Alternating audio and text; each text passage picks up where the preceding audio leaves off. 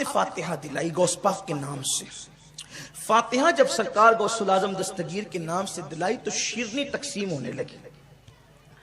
اور آپ کو یہ بھی حیرت ہوگی کہ امام احمد رضا خان محدث بریلوی کے یہاں طریقہ یہ تھا کہ جب شیرنی تقسیم ہوتی تھی تو جو سادات ہوتے تھے سیدوں کو ڈبل حصہ دیا جاتا تھا.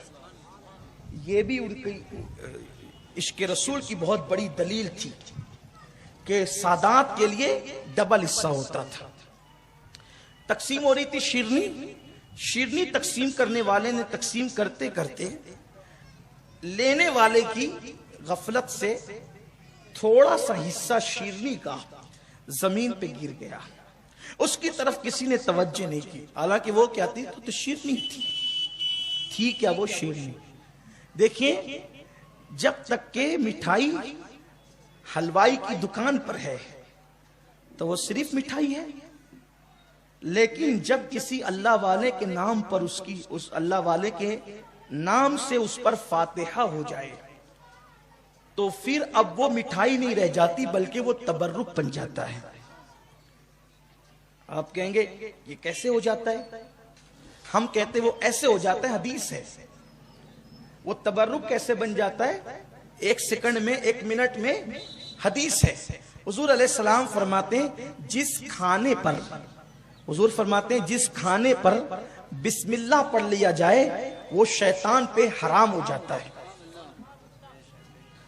جس کھانے پر بسم اللہ پڑھ لیا جائے وہ شیطان پر کیا ہو جاتا ہے؟ حرام ہو جاتا ہے. یہ بسم اللہ کیا ہے؟ یہ قرآن ہی تو ہے. بسم اللہ کیا ہے؟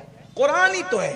اب اس کا مطلب یہ ہے کہ حلوائی کی دکان پہ جب تک مٹھائی تھی تو اس کو انسان بھی کھا سکتا تھا اور شیطان بھی کھا سکتا تھا، لیکن جب اس پر قرآن پڑھ لیا گیا تو اب اس کو انسان تو کھا سکتا ہے مگر شیطان نہیں کھا سکتا. یہ حضور کی حدیث ہے، سبحان اللہ. یہ اللہ کے رسول علیہ السلام کی حدیث ہے.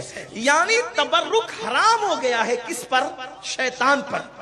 تبرک حرام ہو گیا. دیکھیں قرآن پڑھنے کی برکت ہے، یہ قرآن پڑھنے کی برکت ہے. بسم اللہ شریف کے قرآن ہونے میں سمجھتا ہوں شاید کسی مسلمان کو اختلاف نہیں ہے. قرآن مقدس میں سورۃ النمل کے اندر بسم اللہ شریف لکھی ہوئی ہے. آئیے بسم اللہ شریف، تو یہ قرآن کے الفاظ ہے. اور بسم اللہ کی برکت یہ ہے کہ بسم اللہ میں 19 حروف ہے. کتنے حروف ہیں؟ 19. جو بسم اللہ پڑھتا ہے تو وہ جہنم کے 19 دروازے ہیں.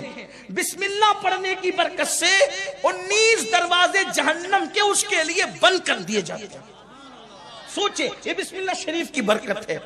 تو جب یہ تبرک بن گیا اب تو وہ صرف مٹھائی نہیں رہی بلکہ تبرک بن گیا. مٹھائی نہیں تھی، مٹھائی تھی لیکن اب وہ صرف مٹھائی نہیں بلکہ تبرک ہے. تو کسی کی غفلت سے وہ گر گیا نیچے، لوگوں نے دھیان نہیں دیا. امام اہل سنت اٹھے تو پوری محفل اٹھی.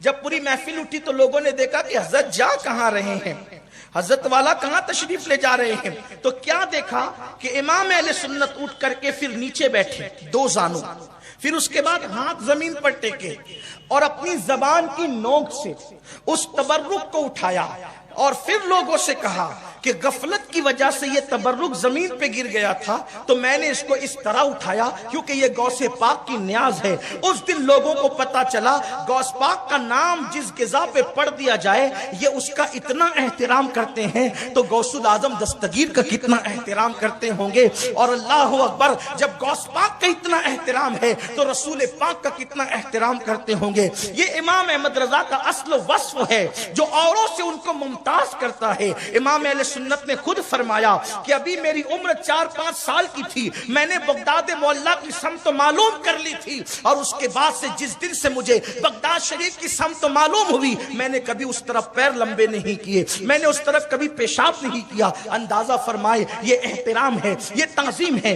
امام احمد رضا کو اور چیزوں سے یہ ممتاز کرنے والی چیز ہے.